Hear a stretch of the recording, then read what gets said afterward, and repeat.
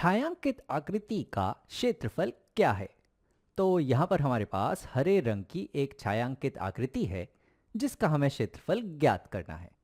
तो यहाँ पर मैं देख सकता हूँ कि ये आकृति एक बड़े आयत से बनी है जिसकी चौड़ाई है 9 सेंटीमीटर और लंबाई है यहाँ पर 8 सेंटीमीटर।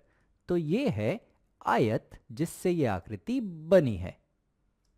लेकिन इस आयत में से ये छोटा जो वर्ग है जिसकी चौड़ाई और लंबाई 4 सेंटीमीटर है, तो ये जो वर्ग है ये इसमें से निकाला हुआ है। तो ये जो छायांकित हरे रंग की आकृति का जो क्षेत्रफल है वो हमें तब मिलेगा जब हम इस बाहरी आयत के क्षेत्रफल में से ये अंदरी छोटे वर्ग का क्षेत्रफल घटा देंगे।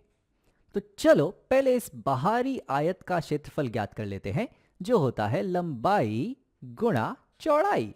तो यहाँ पर लंबाई है 8 सेंटीमीटर गुणा चौड़ाई है 9 सेंटीमीटर। तो 8 गुणा 9 ये हो जाएंगे कुल 72 सेंटीमीटर वर्ग। तो ये जो बाहरी आयत है ये गुलाबी वाला, इसका कुल क्षेत्रफल है 72 सेंटीमीटर वर्ग।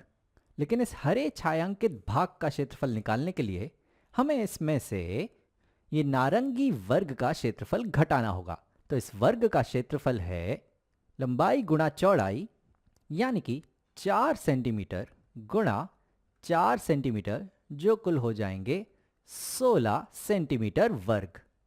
तो जब हम इस गुलाबी आयत के क्षेत्रफल में से इस नारंगी वर्ग का क्षेत्रफल घटाएंगे तो हमें इस हरे छायांकित भाग का क्षेत्रफल मिल जाएगा।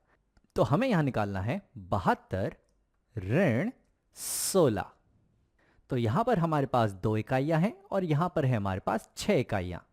तो 2 इकाइयों में से हम 6 इकाइयां तो घटा नहीं सकते, तो हम दहाइयों की तरफ जाते हैं। तो यहां पर 7 दहाइयां हैं जिसमें से हमें 1 दहाई घटाना है। तो ये तो आराम से हो जाएगा। तो एक काम करते हैं, इन 7 दहाई में से 1 दहाई उधार ले लेते हैं। तो ये 7 दहाई बन जाएंगी 6 दहाइयां, और जो 1 दहाई हम उधार ले रहे हैं वो हम दे देते हैं इकाई को। तो 1 दहाई बराबर हो जाएगी 10 इकाइयों के। तो वो 10 इकाइयां और ये 2 इकाइयां, ये कुल हो जाएंगी यहाँ पर 12 इकाइयां। अब 12 इकाइयों में से 6 इकाइयां हम घटा सकते हैं।